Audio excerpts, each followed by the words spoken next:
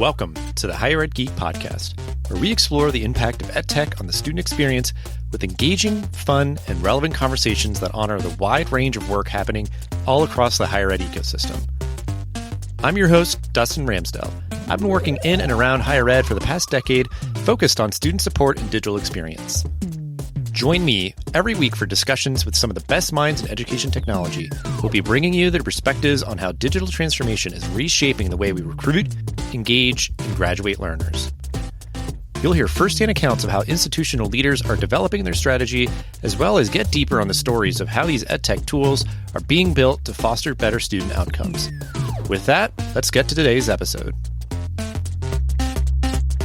Hello, everyone, and welcome back to another bonus live episode of the podcast here at Illumia Momentum in Nashville.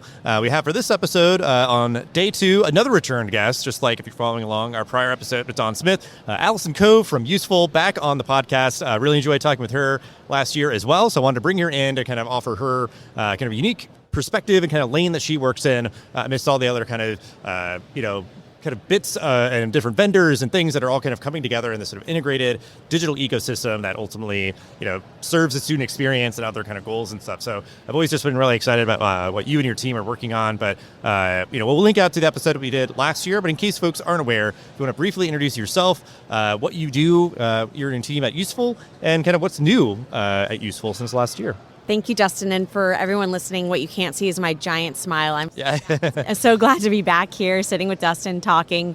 It's been a fun year. We have launched some new products. We've launched some new schools, obviously.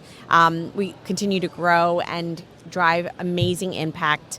So a little bit about USEFULL. We are on a mission to eliminate plastic in takeout food service operations. So we work with food service providers, with campuses, and perhaps most importantly, Illumia, to make a seamless transition from either reusable plastic or single-use plastic into a stainless steel, plastic-free reuse system that is really designed to scale on college campuses so that ultimately it's a waste-free, plastic-free environment. Yeah, and what I think too, like some of the stuff that, is new, that like those sort of like, receptacles that you could put sort of like in satellite locations, like, for folks to like return their reusable takeout containers, and just even that idea where like there obviously maybe has historically been, or other folks that like are doing similar kind of work, but the idea that it is so tech enabled, to track things and monitor and all that, 'cause, we've had conversations where it's like, you can do a lot, but if it's not, kind of integrated and tracked and all that, you can't serve those ultimate goals to kind of know like who's doing what, when, and how, and try to be more proactive around retention goals or things like that. But what was kind of funny when I was reflecting on our conversation from last year, though, we recorded right before you earned the Partner of the Year award from then Transact at T360. It was a big day. Yeah. So talking to me, I say a big deal, and then getting that award. So I'm just curious, like, getting that, getting it from Transact, and like, what did that mean to you? And I guess, what does it mean to you to be kind of just a good partner that would, earn an award from that, I guess, because I'm just curious sort of what dynamics you feel like kind of led to that from like what was really kind of imbued into the work that you're doing every day. Absolutely. So maybe I'll say from a personal perspective, I'm founder and CEO. So I built this from the ground up. It's been a lot of blood, sweat, and tears, to put it lightly. So honestly, it was amazing to receive that recognition. Part of being on a founder journey is, at first, when you say this business that you're building, you might be, or maybe I was laughed out of some rooms at first and people didn't understand it, but those that understood it really understood it. And now it's really becoming mainstream, to the point that we are, such intimate partners with Illumia on our integrations, and have received, last year we received this innovation award with them. Partner of the Year award. It's just so fantastic to see the progress in this space and the demand that campuses have towards a plastic-free future. And I guess as a quick follow-up to that, like, because I'm trying to kind of like dissect a little bit with folks the idea of some of the dynamics here, how much you're kind of sensing the demand for this coming from students or from staff, because again, it's that idea of like it serves both goals. It's certainly historically a lot of things at a campus serve the institution, the staff, and faculty very well. The students not so much. We're sort of equalizing there a bit through a variety of means and stuff. So I guess that idea of like that element of like you're the more kind of engagement or curiosity, the interest and all that, like what sense do you get around like, well, hey, yeah, my students have been nagging me about this and now I'm finally trying to make good on it, or that idea of maybe staff kind of recognizing like, one, it's sort of a good thing to do, for the planet and sustainability and all that. But then again, there's going to be those benefits around doing this in a tech-enabled way to get all those sort of data points and stuff. Just curious as a quick sort of anecdote of like that sort of vibe check that you're kind of getting from folks. Yeah. So the themes that I'd say I've noticed are, yes, there are a handful of students that come to us every year to try and bring this to their campus. Students are great advocates. They're not the operators or implementers, decision makers, but they are the ultimate customer, right? So schools want to make sure that their student body is happy, and so it's great when students do bring this forward. A lot of other schools know that they need to be competitive, right?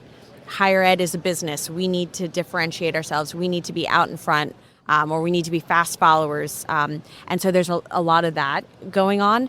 And then a whole bunch of people are approaching us for economic reasons. This is a lot cheaper than buying single-use packaging over and over again, which is another way.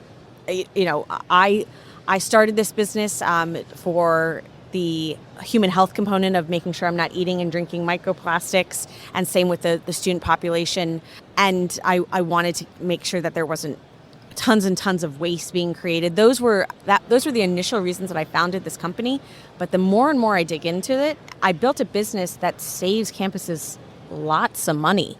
And that, if the warm and fuzzy doesn't get you, hopefully the economic rationale will.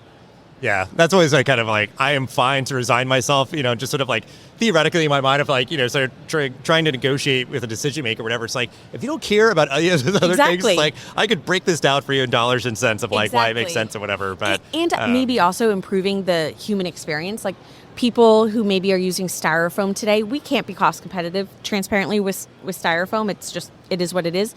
But that styrofoam breaks and it leaks and it's not a great user experience. And so if you want to improve that, we have an option.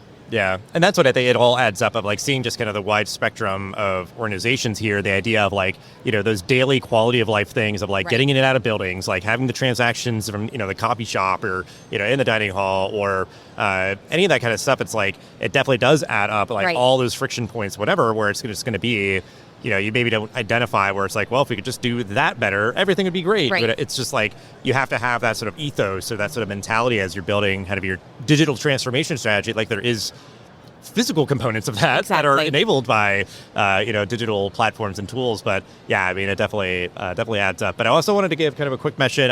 You were coming here for this recording from a session that you did earlier today. We're kind of midway through day 2. Just if you want to talk a bit about that session, just kind of how you were sort of, what you were presenting on here, we're talking about it, and just any sort of interesting takeaways from that, I guess, if there's any interesting questions or things. It was a really, really fun session. Thanks for asking. So I had the opportunity to speak with Chris Sekos, head of partnerships here and M&A here at Illumia, as well as Jason Wienhoff. I'm going to get his title wrong, but he leads the commerce team and the product side. And Jason, if you're listening, I'm sorry if I butchered your title, but he's absolutely important to making sure that Illumia has the best products and user experiences out in the world. And we really dove into why we have this partnership with Illumia and why we want to make sure that students order as they normally would. Food is now packaged in reusable containers, and the assignment is done essentially behind the scenes, so the student doesn't know it's happening, doesn't know the exact details. And the kitchen staff have extra data, more information to make more informed decisions. Checkouts are happening behind the counter before it's being served to the user in a retail setting, and that's fantastic. It was a really fun session too because we served acai bowls in our new threaded containers, which were a big hit.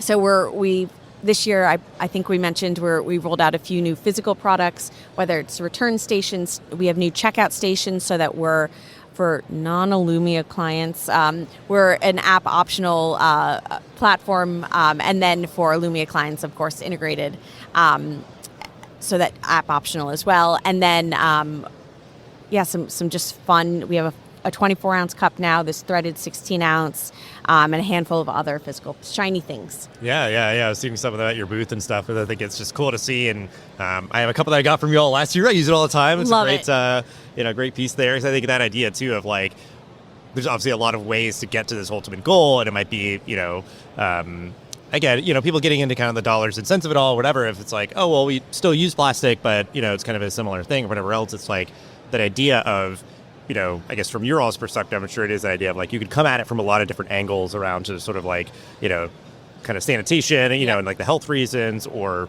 just sort of like quality of the experience and waste reduction or whatever else. And part of what we also talked about in the session, which I found really interesting, is that a lot of the people in the session come from research universities.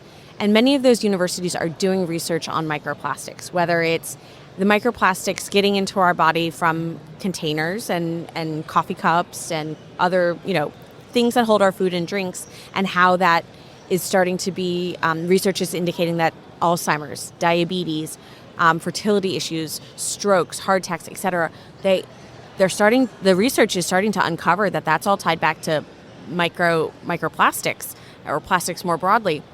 And so now we have the operators in the room who might not be so tied to the research going on their very own campus, but how do we enable that campus to walk the talk, so that the lead researchers can help inform what should happen on these campuses, so that those students can then graduate and say what should happen in the community more broadly. It's honestly really empowering to be part of that landscape and that fabric, and helping to push the narrative forward of what we want health-wise and experience-wise. Yeah, that is an interesting point, because I think, if you haven't already, I imagine it's probably going to happen in the near future of like partnering on a research study to really, capture like some aspect of that work. That I think, we're at sort of like peak plastic and microplastics and all this sort of stuff, and really grappling with that and see kind of tangibly the impacts, because there's that idea of like, our bodies can like filter stuff and whatever, like toxins, whatever, but it's just like that, the amount of exposure that we have to something like that should not be in our bodies, right. It's just sort of like, okay, I think we need to, exactly. do something about that. And a lot of times, strokes don't necessarily happen just like you drink out of a coffee cup. You don't immediately have a stroke, or you don't immediately develop Alzheimer's. It's over time, and it's bioaccumulation and stuff like that. So maybe the immediacy of the impact is something that we all struggle with to understand what's healthy for us and not.